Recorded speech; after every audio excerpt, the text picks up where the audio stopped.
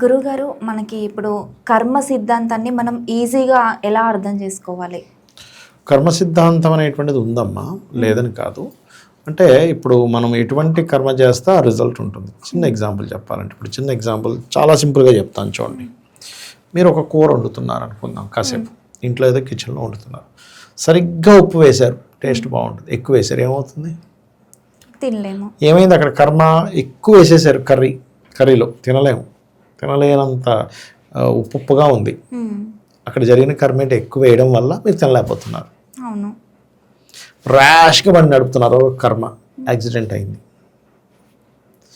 జాగ్రత్తగా ప్రశాంతంగా వెళ్తున్నారు, ఏ యాక్సిడెంట్ అవ్వట్లేదు. అంటే నువ్వు చేసే పనికి యాక్షన్కి రియాక్షన్. ఓకే. పూర్వజన్మల్లో మనం చేసిన కర్మలే ఈ జన్మల్లో వస్తాయి. దానికి మనకి రామాయణంలో 2 ఉదాహరణలు ఉంటాయి. రామచంద్రమూర్తి యొక్క కాలంలో ఆయన పరిపాలించేటప్పుడు అంటే ఆ యొక్క రాజ్యంలో ఎవ్వరూ కూడా అనారోగ్యంతో ఉండేవారు కాదు, తెలుసా? ఒక్కరు కూడా చదువుకోలేని వాళ్ళు లేరు. లిటరసీ అప్పుడే మనకి చదువుకున్న వాళ్ళు ఉండేది అప్పుడే ఉంది. ఇప్పుడు మనం ఏదో ఈ మధ్య ఏదో కొత్తగా అనుకుంటున్నాం.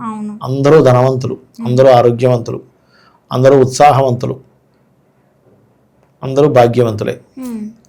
అలాంటి రాజ్యంలో అప్పటికీ కూడా రామచంద్రమూర్తి రోజు 1 గంట 2 గంటల సేపు సమయాన్ని ఒక విషయం కోసం వెచ్చించేవాడు. ఏంటంటే రోజు అక్కడ కూర్చొని ఎవరైనా ఇబ్బందులు ఉన్న వాళ్ళు వచ్చి నాకు ఏమైనా చెప్పుకుంటారా, రాజుగా నా యొక్క రాజ్యాన్ని పరిపాలించేటువంటి రాజుగా ఆయన యొక్క బాధ్యతగా ఆయన భావించేవాడు. ఆయన అలా ఉండగా ఒకరోజు ఇలాగే భరతుడికి చెప్తాడు, బయటికి వెళ్ళి ఎవరైనా వచ్చారేమో చూడంటే అసలు ఎవ్వరూ రారు, ఎందుకంటే నీ రాజ్యం అంత బాగుంది, నువ్వు అంత చక్కగా పరిపాలిస్తున్నావు, ఏదో అంతా అడగమంటుంటావు, అంత అన్నయ్య అంతకు మించి ఏం లేదు, అయినా నీకోసం వెళ్ళేసి వస్తాను. బయటికి వెళ్తాడు.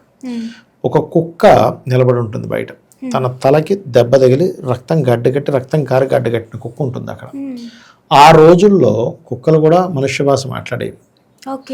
అలాగే మనకి కొన్ని ఉపనిషత్తుల్లో ప్రతి జీవి యొక్క భాష ఎలా అర్థం చేసుకోవాలనేటువంటిది కూడా కొన్ని ఉన్నాయి మనకి.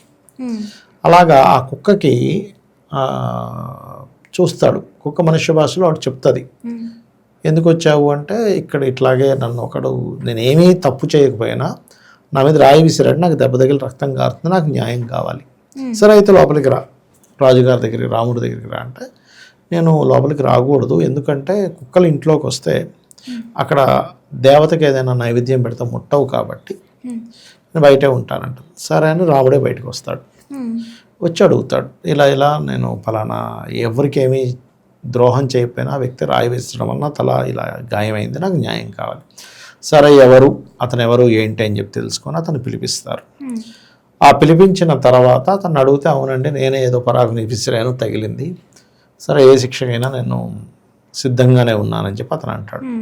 సరే అతను ఎప్పుడు కూడా రామచంద్రమూర్తి ఎలా అంటే ఆయన తోచినంది ఇచ్చేయడం కాదు, ధర్మశాస్త్రం తెలిసిన వాళ్ళని మంత్రులందరినీ కూర్చోబెట్టి ఇది సమస్య, ఏం చేద్దాం చెప్పండి. అందరూ తలా ఒకరు వాళ్ళ ధర్మశాస్త్రపరంగా వాళ్ళు ఇచ్చారు. అప్పుడు సరే ఇవన్నీ మీరందరూ చక్కగా చెప్పారు, ఒకసారి కుక్కను కూడా అడుగుదాం, వాడికి ఏ శిక్ష వేయాలని అడుగుతారు ఆయన. అడిగినప్పుడు ఆ కుక్క ఏం చెప్తుంది అంటే, ఈ గుళ్ళు ఉంటాయి కదా, ఆలయాలు ఈ వేద సంబంధించినటువంటివి కొన్ని ఉంటాయి, వేదం నేర్పించేటువంటివి స్కూల్స్, ఆలయాలు, వీటన్నిటికీ అధికారం చేయండి అతను అంటది.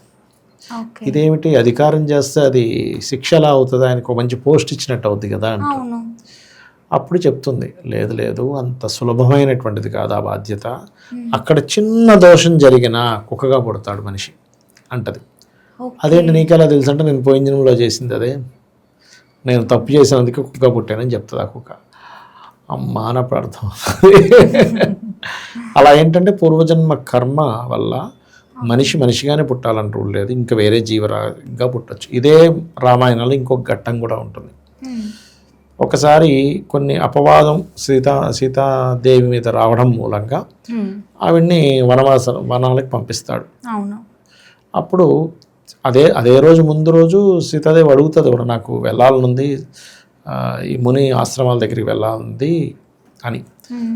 పంపిస్తే అందుకే పంపిస్తున్నాడు అనుకుంటుంది. అక్కడికి వెళ్ళిన తర్వాత భరతుడు చెప్తాడు. అప్పుడు సీతాదేవి బాధపడుతూ ఇలా కూర్చుండిపోయి ఒక మాట అనుకుంటుంది, నేను పూర్వజన్మల్లో ఏదైనా భార్యాభర్తను విడదీసి అపహాస్యం చేసి నవ్వుంటానేమో, అందుకే నాకు ఈ గతి పట్టింది ఈ యొక్క జన్మలో అంటుంది. అవునా? అంతకుముందు ఏం ఏం చేసింది మరి సీతాదేవి? ఏం చేసిందో చెప్పలేదు కానీ చెప్పింది అట్లా. ఓకే. అట్లా అంటే ఆవిడ లక్ష్మీదేవి కదా, ఆవిడ ఏంటంటే మనకు అర్థం అవ్వడానికి, మనం అర్థం చేసుకోవడానికి ఆ మాట అక్కడ వాడింది.